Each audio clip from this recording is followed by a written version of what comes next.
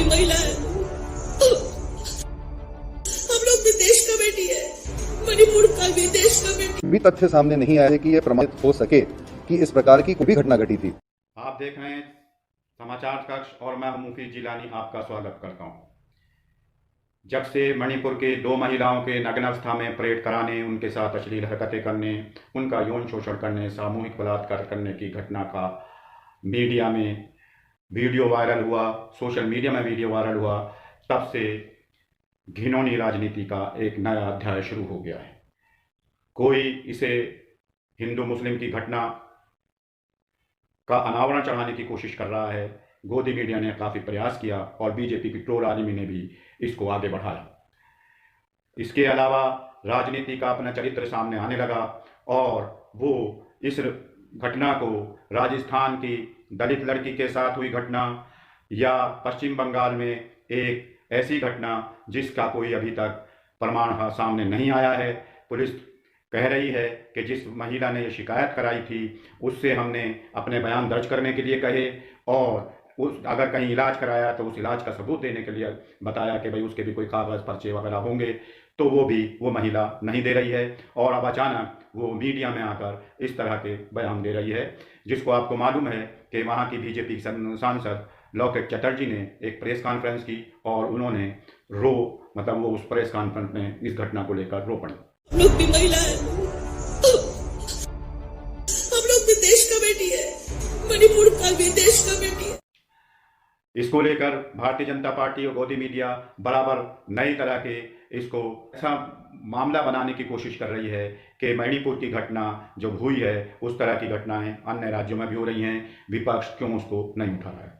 यहाँ ये बात नहीं है, यहाँ ये बात होनी चाहिए कि ये घटना हुई है, ये इतनी गंभीर घटना है, देश को शर्मसार करने वाली घटना है, रूह कपा देने वाली घटना है, तो इसको आप राजनीति के चश्मे से न देखें, बल्कि इस तरह की घटनाओं को रोका कैसे जाए इस पर विचार होना चाहिए। संसद में भी इसकी चर्चा होनी चाहिए, विस्तृत चर्चा होनी चाहिए। अगर विपक्ष कह रहा है कि नियम 267 के तहत चर्चा हो, तो नियम 267 के तहत चर्चा कराने में सरकार को क्या परेशानी है, क्यों इस पर वो विस्तृत चर्चा नहीं चाहती, क्यों एक लिमिटेड चर्चा चाहती है।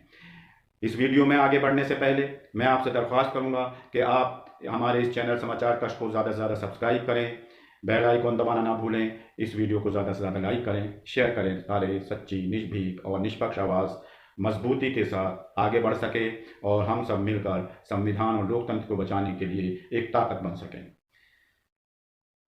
पहले ANI ने एक ट्वीट जारी किया कि उसमें मणिपुर की घटना में कोई अब्दुल नाम का लड़का पकड़ा गया है, कभी उसका नाम अब्दुल हलीम बताया गया। तो एक तरह से चारा गोदी मीडिया को मिल गया और उसने हिंदू मुस्लिम करना शुरू कर दिया।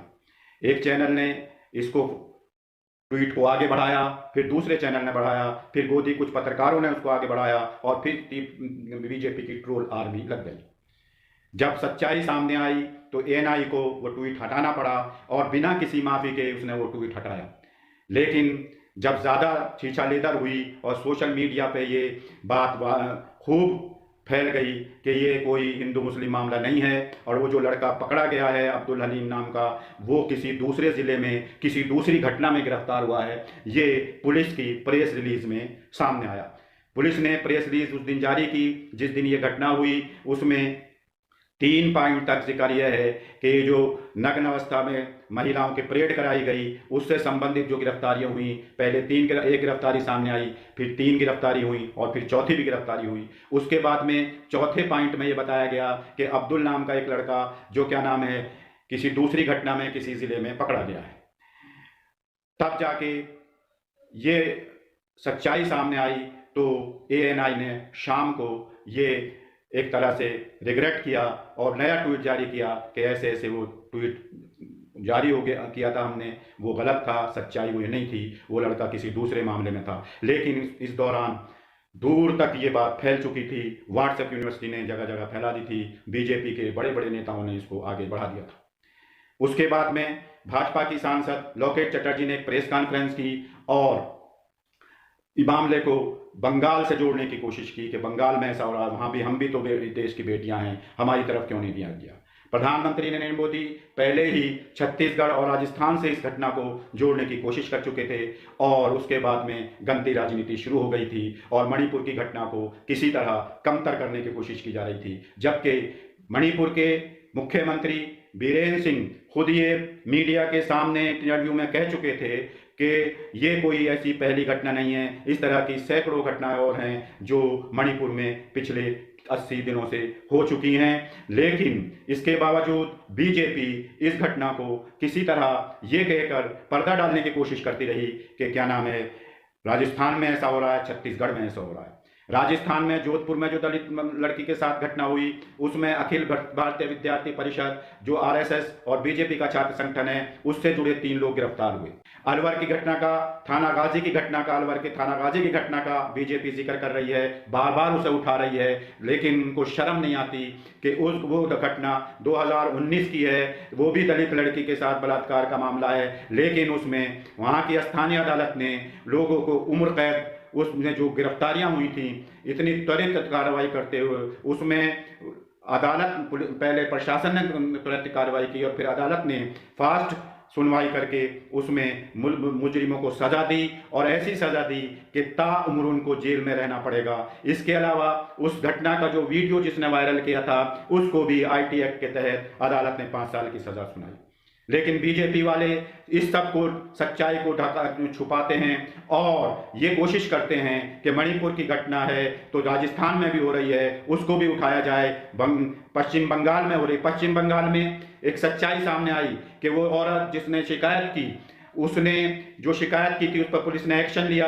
पुलिस ने बार बार उससे कहा कि 164 के बयान दर्ज कराइए और आपने अगर कहीं इलाज कराया तो उसके कुछ कागज पत्तर आपके पास होंगे, वो दीजिए। उस महिला ने कहीं नहीं दिया और उसके बाद आज जब मणिपुर की घटना सामने आ गई तो इसको एक, मुझे लगता है कि ऐसे खास तौर से इस दिन के लिए इसको रखा गया और उसको मीडिया में जारी किया गया और फिर भाजपा सांसद लोकेश चटर्जी ने रोते हुए प्रेस कॉन्फ्रेंस में कहा कि हम भी इस देश की बेटियां हैं, बंगाल की जो बेटियां हैं वो भी इस देश की हैं, उनको भी मणिपुर की तरह देखा जाए। इसमें आप बंगाल के डीजीपी का पूरा वर्जन सुनिए कि वो इस घटना के बारे में क्या कह रहे हैं। भी तथ्य सामने नहीं आए कि यह प्रमाणित हो सके कि इस प्रकार की कोई भी घटना घटी थी। जिनके साथ ये घटना घटी है, उन्होंने ये जो अभियोग किया है कि मेरे साथ एक घटना घटी है, उनको हम लोगों ने नोटिस दे के कॉन्टैक्ट किया है और बोला है कि अगर आपको कोई चोट लगी तो आपने निश्चय उसका कुछ इलाज करवाया होगा, कहाँ इलाज करवाया उसके बारे में बताएं, या आपके पास चोट लगने की जो इंजरी रिपोर्ट हो उसकी कॉपी हमें प्रदान करें। तो उसके जवाब में अभी तक उन्होंने कोई भी प्रमाण हमारे पास उपस्थित नहीं किया गया है। उनको हम लोगों ने चिट्ठी लिख करके सूचित किया कि आप हमारे साथ में कोर्ट में चल के 164 स्टेटमेंट करें इस घटना का, कि अगर इस तरह की कोई घटना करिए आप बताएं। लेकिन वो आज तक उन्होंने उसके बारे में भी हम लोगों को कोई रिस्पॉन्ड नहीं किया गया। हमारे इन्वेस्टिगेशन में उस इलाके से कोई ना तो वीडियो मिला है, ना आसपास के सीसीटीवी जितने हैं उनको हम लोगों ने अभी तक खोज करके देखने की कोशिश करी है, उसमें भी कोई इस तरह का प्रमाण हमारे पास उपस्थित नहीं है। आप ये फैसला करिए कि इसमें किस तरह की गंदी राजनीति हो रही है। बराबर भाजपा के प्रवक्ता और गोदी मीडिया इसको ये कोशिश कर रहा है कि किसी तरह मणिपुर की घटना का जो संगीन, जो गंभीरता है, जो मणिपुर की घटना का घिनौना चेहरा है, उसको पीछे किया जाए और उसके मुकाबले पे दूसरे देश में जो गैर भाजपा सरकारें हैं उनके राज्य में जो वहाँ पर जो घटनाएं हो रही उनको आगे बढ़ाया जाए। शर्म नहीं आती? शर्म आनी चाहिए इस गोदी मीडिया के एंकरों को भी और भाजपा के उन प्रवक्ताओं को भी, और जो भी भाजपा के इस तरह के मिनिस्टर हैं। अनुराग ठाकुर ने भी इस तरह की बात कही, रविशंकर प्रसाद ने इस तरह की बात कही। यानी कि कौन बचा है इसमें? जो भी, चाहे वो कांग्रेस का हो, चाहे वो टीएमसी का हो, चाहे वो समाजवादी पार्टी का हो, चाहे वो बहुजन समाज पार्टी का हो, चाहे वो दूसरे किसी भी दल का हो, चाहे आम आदमी पार्टी का हो, अगर मणिपुर जैसी घटना पर वो चुप रहता है और मणिपुर जैसी घटना को कमतर करने की कोशिश करता है तो उस पर शर्म आती है, शर्म आती है, शर्म आती है।